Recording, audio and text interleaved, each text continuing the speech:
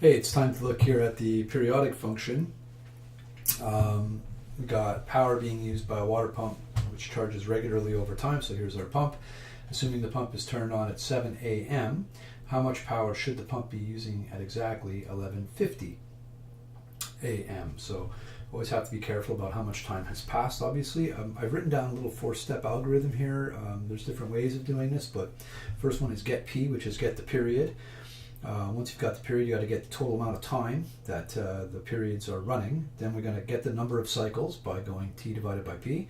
And then the last thing is get your decimal and times that by the period to find your X. So I'll illustrate those steps for you right now. So step one, we're going to get that period. And the period will be equal to the length of time it takes for one complete pattern to repeat. So you can see that the pattern runs right up to here to this point. Now the problem over here is that we can't read the exact X here. Nor can we read it after the second time, nor can we read it after the third time. But if you look really carefully after the fourth time, we could see it takes 15 minutes to run 4 periods, or 4 cycles, if you will. So period in this case will be equal to 15 divided by 4. So when we do that on our trusty calculator here, we're going to get 3.75 minutes per cycle. So that's how long a period or a cycle is. It takes 3.75 minutes to complete one of them. Now the question is, how many times is that pump going to run this way? How many times am I going to do that pattern in the amount of time that I've been given? So let's get time. So a little hint for time. Time we're always going to use, and this is a good thing for the memory, we are always going to use the scale that's provided. So our time is in minutes, so we're going to do our conversion to minutes. If it was hours here, we'd convert to hours. If it was seconds, we'd convert to seconds. Since it's in minutes, that's how we're going to do our conversions. So the pump is turned on at 7 a.m. and it runs to 11:50 a.m. So how many minutes is that? Well, 7 to 11 is 4 hours. So that's 4 hours and 50 minutes. Now we've got to convert that into minutes. So 4 hours is 4 times 60, which is 240 minutes, plus the 50 minutes. Add them together and you get 290 minutes. So we're going to run through this thing for 290 minutes. Now you could see 5, 10, 15, 20 would be over here. 290 is going to go way, way, way, way, way off this piece of paper. And so we have to figure out, well, how many times am I going to do this thing and where would I end up? And so it's really easy to do this part. Now this is step number 3. So we're going to take the amount of time, and we're going to get the number of cycles here. So the number of cycles is going to be equal to how many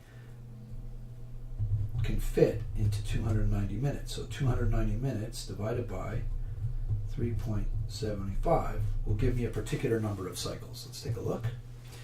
290 minutes divided by 3.75, that's the number, that's how long each period is, or each cycle is, and you get 77.3 repeating.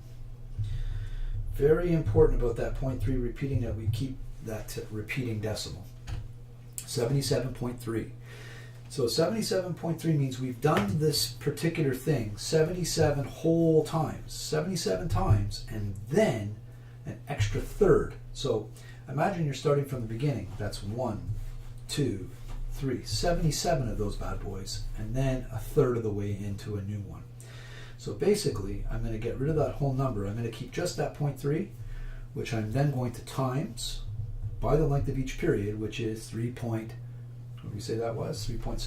So times that by 3.75. I switched pen colors here just so you can see it's a new operation that I'm tagging on right to the end here. So 0.3 repeating. Now a little trick I'll show you on the calculator, a good way of keeping that whole decimal up there is just subtract the 77. So watch this, minus 77, and look what I'm left with. There's my 0.3 repeating. It saves me from having to punch it in a bunch of times.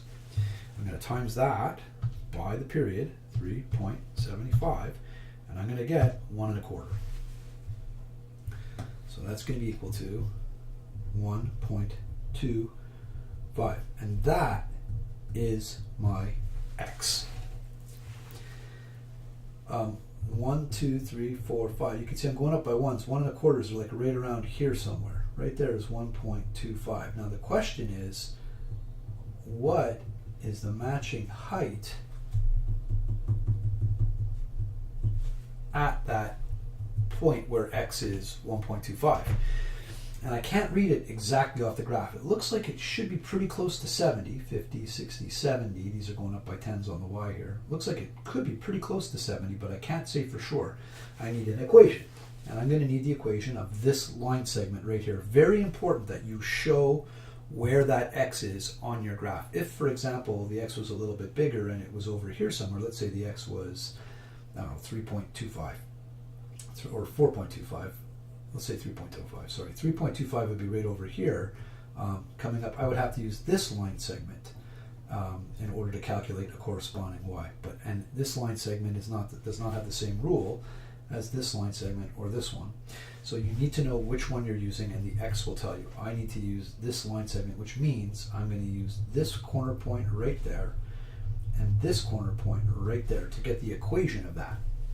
Remember that is nothing but a straight line, which is made up of y is equal to ax plus b.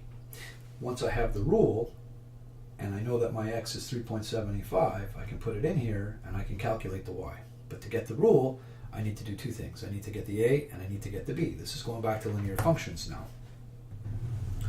So we're going to go ahead and get the a. And we're going to do that by using these 2 points. This point right here and this point right here on the end of either segment. So this right here is the point 250, 2, 50. I can read that right off the graph because I'm going up by ones on the x. 1, 2, 3, 4. Whoops. 1, 2, 3, 4, 5. So you can see that x is a 2, y is a 50. Over here, x is a 1 and y looks like a 90. 50, 60, 70, 80, 90. Yes. 1, 90. So I'm going to go a is equal to y2, 50 minus 90, over 2 minus 1, which is going to be equal to negative 40. Pretty steep slope. Negative 40 is my a. Now I need the b. So what do? Well, I write down my rule. Y is equal to ax plus b. I'm going to put in the a that I calculated, and I'm going to get an x and a y from one of those 2 points. And it doesn't matter which one you use. I'm going to use the first one. They're 190. So 90, there's your y, is equal to negative 40 times the x, which is 1, plus b. So 90 is equal to negative 40 plus b. I'm going to add 40 to both sides, and that gives me plus 40 there, plus 40 there will give me 130 is my b. So the equation of this line is y is equal to negative 40 x plus 130. Now, why do I care? Why did I bother getting that equation? Because that equation is going to now allow me to answer the question. I know my x has a value of 1.25. I figured that out, but I need to know the corresponding y. So if I put 1.25 into that equation right there, I should be able to calculate the corresponding height. And because it's in the x value, watch this thing happen on one shot on my calculator. I'm going to go negative 40 times 1.25, hit equals, and then I'm going to add 130, right? And that's going to give me 80. Sorry. So, when the x is 1.25, turns out that the y is an 80. And you can see how when I tried to look by eye, I would have been off, right? It would have been off by quite a bit. The mathematics is precise. So, same steps every time. Get your period, get the time, use the scale, you divide, time divided by the period, drop the whole number, keep the decimal, multiply that decimal by the period, and that gives you your x. Once you get your x, plug it into the equation of the section that you need, and answer your y. You may have to get that equation using the 2 corner points. It's a periodic function. If you have any trouble, try out the Google quizzes.